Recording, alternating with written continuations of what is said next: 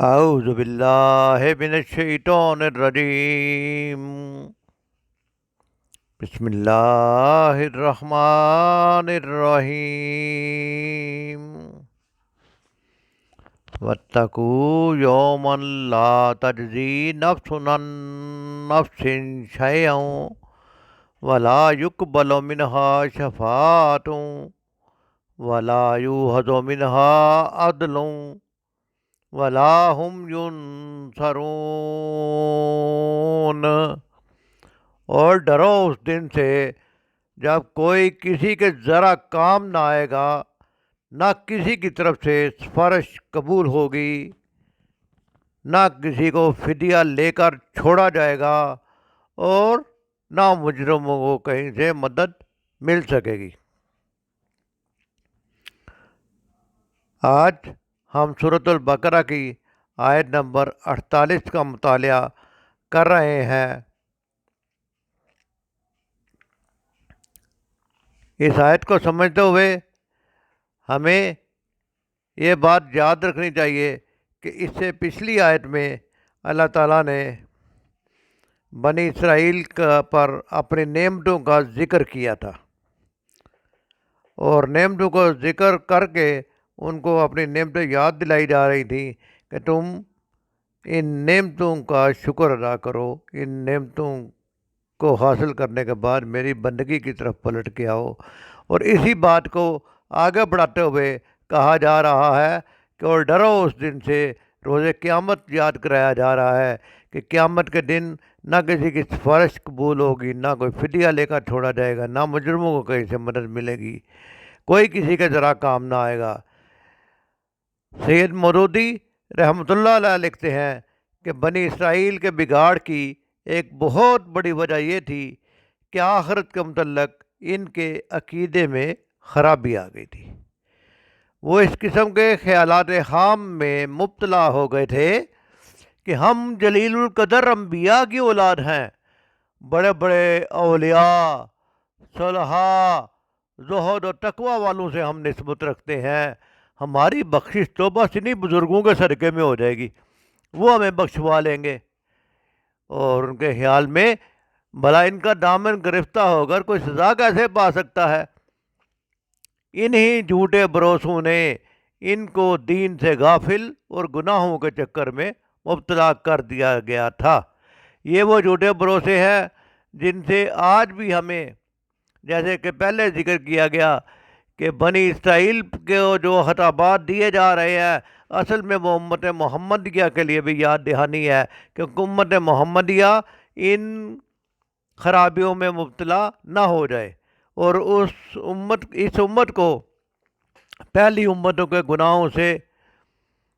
آگاہ کر کے بتا دیا جائے کہ اس طرح کے گناہ کیے گئے تو اس طرح کے انجام سے دوچار ہوئی قومیں۔ لہذا اللہ تعالیٰ نے پچھلی آیت میں نعمت یاد دلانے کے ساتھ ہی فوراً ہی اس آیت میں ان کی ان غلط فہمیوں کو دور کر دیا کہ تم بڑی پہنچی ہوئی قوم تھی، تم بڑی عقیدے، تم بڑے اللہ تعالیٰ کے چہیتے تھے، تمہیں اللہ تعالیٰ نے تمام جہان والوں پر فضیلت دی، تمہیں اللہ تعالیٰ نے نعمتیں دی، لیکن تو پھر بھی ان جھوٹے بھروسوں پہ نہ رہنا، اس دن کوئی کسی کا کام نہ آئے گا۔ قیامت کے دن کیا کام آئے گا؟ عام طور پر مجرم کو چھڑانے کی 4 صورتیں ہوتی ہیں، ان چاروں کا اس آیت میں ذکر کر دیا گیا ہے۔ اول یہ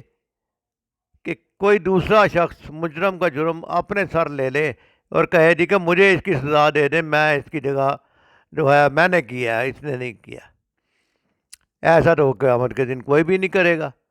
ہر ایک کو اپنی اپنی پڑی ہوگی۔ پھر یہ ہے کہ کوئی اس کی سفارش کر کے چھڑا لے، اس آیت میں بتایا جا رہا ہے کہ اس دن کوئی سفارش بھی نہیں کر سکے گا اللہ کے اذن کے بغیر۔ تیسرا یہ کہ کوئی رشوت دے کر، آج کے دور میں اگر کوئی ہم اس بات کو دیکھیں کہ تو کسی کو فدیہ لے کر بھی اللہ تعالیٰ نہیں چھوڑے گا۔ یہ آج کے دور میں یہ مثال اس لیے دی جا رہی ہے کہ آج کے زمانے میں اگر کوئی عدالت میں کوئی فدیہ دے دے، کوئی پیسے دے دے اور اس کا چھٹکارا حاصل کرنے کی کوشش کرے جرم کا، تو قیامت والے دن یہ فارمولہ بھی کام نہیں آئے گا، فدیہ نہیں ملے گا، فدیہ نہیں لیا جائے گا، اور انسان کو اپنے کیے کی سزا مل کر رہے گی۔ اور چوتھی بات جو ہم سمجھتے ہیں کہ مجرموں کو کہیں سے بھی مدد نہیں مل سکے گی، کسی کو طاقت نہیں ہوگی کہ وہ کسی کو زبردستی اللہ کی عدالت میں سے چھڑوا لے، الا یہ کہ اللہ خود ہی کسی پر رحم کرے۔ ان چاروں صورتوں میں کوئی بھی صورت ایسی نہیں جو قیامت کے دن اللہ کی آیتوں کا انکار کرنے والوں سے کسی کے کام بھی آ سکے گی۔ قیامت کے روز ہر شخص کو اپنی فکر ہوگی، اللہ تعالیٰ کی مرضی کے بغیر کوئی شخص کسی دوسرے کی سفارش نہ کر سکے گا۔ اللہ تعالیٰ کو مال و دولت اور کی ضرورت نہیں ہے کہ وہ فدیہ قبول کرے۔ آسمان و زمین کے اندر کوئی ایسی طاقت نہیں جو اللہ تعالیٰ کو عاجز کر سکے اور مجرم کو اللہ تعالیٰ کے ہاتھ سے زبردستی چھڑا سکے۔ یہ باتیں بتا کر اللہ تعالیٰ نے یہودیوں کے باطل عقیدہ کو بتایا اور یہ کہا کہ تمہارا عقیدہ باطل ہے، اور انہیں یہ بات ذہن میں بٹھائی کہ قیامت کا خوف کر کے سیدھے راستے کی طرف آ جائے۔ تو اصل بات یہ ہے کہ قیامت کا خوف دلایا گیا ہے اور یہ کہا جا رہا ہے کہ سیدھے راستے کی طرف آ جائے۔ اور آج امت مسلمہ کو بھی ہر وقت قیامت یاد رکھنی چاہیے اور سیدھے راستے کی طرف آنا چاہیے۔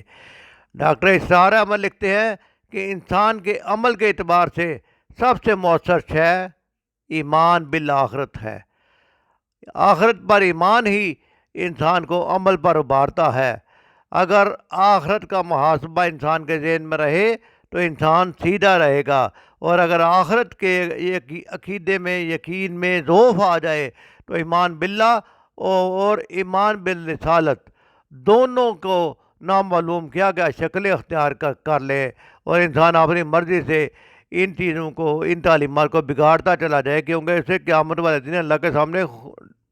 کھڑے ہونے کا یقین ہی نہیں ہے، خوف ہی نہیں ہے۔ تو لہذا خوف خدا اور قیامت کے دن جا کے حساب کتاب دینے کا یقین ہی انسان کو سیدھے راستے پر رکھ سکتا ہے۔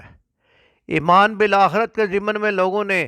طرح طرح کے عقیدے گڑھ رکھے ہیں، جن میں شفاعت باطلہ کا تصور بھی ہے۔ ڈاکٹر اسرار لکھتے ہیں کہ اہل عرب سمجھتے تھے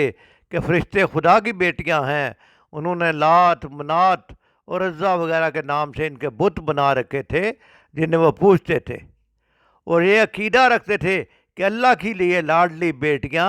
ہمیں اللہ سے چھڑا لیں گی۔ نعوذ باللہ من ذالک۔ ہمارے ہاں بھی شفاعت باطلہ کا تصور موجود ہے کہ اولیاء اللہ ہمیں اللہ سے زبردستی چھڑا لیں گے۔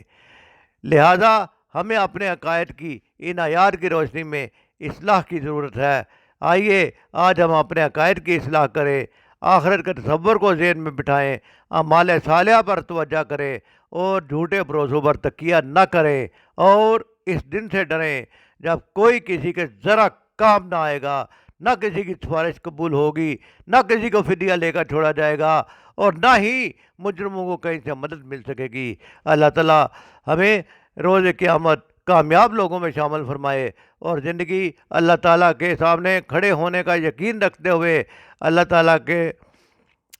ڈر اور اللہ تعالیٰ کے انعام کی امید دونوں کی، نیک عمل کا انعام ملے گا اور برے عمل سے سزا ملے گی، الا یہ کہ اللہ تعالیٰ خود ہی کسی پہ رحمت کر دے۔ لیکن شرک ایسی چیز ہے جس کی سزا جو ہے وہ اللہ تعالیٰ کہتے ہیں کہ میں معاف نہیں کروں گا۔ لہذا آئیے آج کے دن عہد کریں کہ شرک سے بچتے ہوئے اللہ کی تعلیمات کو اپنے عمل میں لائیں گے، اور قیامت کے دن کا یقین رکھتے ہوئے اللہ کے سامنے کھڑے ہو کر ہر چھوٹے بڑے عمل کا حساب دینے کی جو ہے وہ یقین رکھتے ہوئے ہم زندگی گزاریں گے، تاکہ ہم عمل صالحہ پر توجہ کریں، جھوٹے بھروسوں پر تکیہ نہ کریں، اور اللہ تعالیٰ کے سامنے ایمان باللہ اور ایمان بالرسالت کو اپنی اصل شکل میں اپنے عمل میں لائیں، تاکہ اللہ تعالیٰ کے سامنے جب حاضر ہوں تو اللہ تعالیٰ ہمیں کامیاب لوگوں میں شامل فرمائے۔ اللہ تعالیٰ ہمیں بہتر عمل کی توفیق